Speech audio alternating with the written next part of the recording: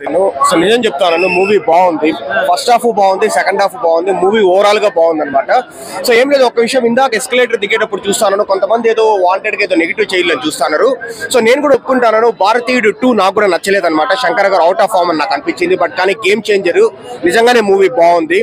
So హ్యాపీగా మనము ఆ 2 hours 45 minutes థియేటర్ లో మనం స్పెండ్ చేస్తాము. మనం పెట్టిండే అమౌంట్ కి సో అంతా మనకు డెఫినెట్లీ బాగా వర్కౌట్ అవుతుంది అనమాట. ఎందుకంటే మూవీలో కూడా మంచి మనకి సోషల్ ఇష్యూస్ చూపించినారు. ప్రెసెంట్ కరప్ట్ పొలిటీషియన్స్ ఎలా ఉన్నారు, వాళ్ళని హానెస్ట్ IAS ఆఫీసర్స్ ఎలా ఎదుర్కోవాలి, ఎలా లీడ్ చేయాలని చూపించినారు అనమాట.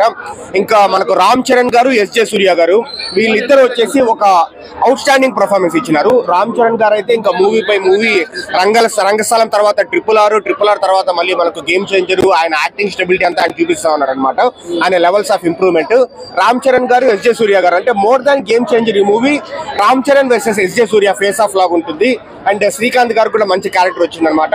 అండ్ రామ్ చరణ్ గారి డైలాగ్స్ కూడా, ఆయన డైలాగ్ డెలివరీ కూడా ఎక్సలెంట్ గా ఉందన్నమాట. SJ సూర్య గారు నువ్వు నేను ఒకటే అంటే, సో రామ్ చరణ్ చెప్తాడనమాట, నువ్వు నేను ఒకటేంట్రా, నీకు రాజకీయం తెలుసు, నాకు రాజ్యాంగం తెలుసు, నీకు రిగ్గింగ్ తెలుసు, నాకు రూలింగ్ తెలుసు, నీకు జీవోలు పాస్ చేయడం తెలుసు, నాకు జీవోలు క్రియేట్ చేయడం తెలుసు, నువ్వు 5 ఏళ్ళు మాత్రమే మినిస్టరు, కానీ నేను చచ్చిపోయేంత వరకు నేను వచ్చేసి IAS. ఇలాంటి డైలాగ్స్ వచ్చేసి చాలా బాగుంటాయి.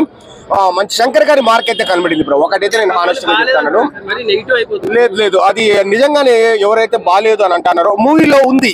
కొంచెం మనకు సెకండ్ హాఫ్ లో ఒక 10 minutes ట్రిమ్ చేసి ఉండొచ్చు, లేదా బెటర్ చేసి ఉండొచ్చు అనమాట. ఫస్ట్ హాఫ్ లో కూడా ఒక 10 minutes కూడా మేడ్ ఇట్ బెటర్. కానీ మూవీ వచ్చేసి వర్త్ వాచింగ్. మనం పెట్టిన అమౌంట్ కి మనకు నచ్చుతుంది. ఇప్పుడు భారతీయుడు 2 చూసిన తర్వాత నాకు శంకర్ గారి మీద ఎక్స్పెక్టేషన్స్ కానీ నాకు భారీగా తగ్గిపోయింది అనమాట. నేను ఏదో యావరేజ్ గా ఉంటుందని వచ్చినాను కానీ, బట్ నాకైతే నిజంగానే చాలా బాగుంది అనిపించింది. పుష్పకి దీనికి కంపారిజనే లేదు. అదేంటంటే అది అవుట్ అండ్ అవుట్ ఒక కమర్షియల్ మూవీ లాగా. ఇదేంటంటే మనకు సోషల్ ఇష్యూస్ శంకర్ గారి మార్క్ ఉంటుంది.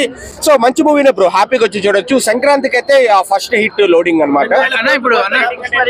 మనకు కలెక్షన్స్ అంతా నాకు తెలియదు కానీ, బట్ ఒక శంకర్ గారు, రామ్ చరణ్ గారు మూవీ అంటే ఎలా ఉంటుంది, ఎక్సలెంట్ ప్రొడక్షన్ వాల్యూస్ ఉంటుంది మనకు. అండ్ మెయిన్ గా ఏంటంటే బ్రో, ఇంట్రడక్షన్ ఫైట్ అనమాట. RRR తర్వాత రామ్ చరణ్ గారి అంటే చిరుతా నుంచి ఉన్నప్పటికీ సో ఇంకా ఇంట్రడక్షన్స్ అంటే రామ్ చరణ్ అంటా ఉన్నారు.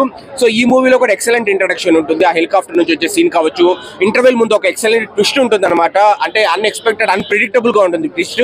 అండ్ అదే విధంగా సెకండ్ హాఫ్ లో కొన్ని సీన్స్ కూడా మనకు ఓవరాల్ గా మనం శంకర్, రామ్ చరణ్ అంటే మార్క్ ఎలా ఉంటుంది అదైతే మనకు ఖచ్చితంగా కనబడుతుంది. కొంచెం అక్కడక్కడ కొంచెం మైనస్లు ఉన్నాయి కానీ, but overall it's a good movie. Rating నేను ఇవ్వలేను, బట్ ఇట్స్ గుడ్ మూవీ. హ్యాపీగా వచ్చి అందరూ చూడొచ్చు. Sankranti first hit.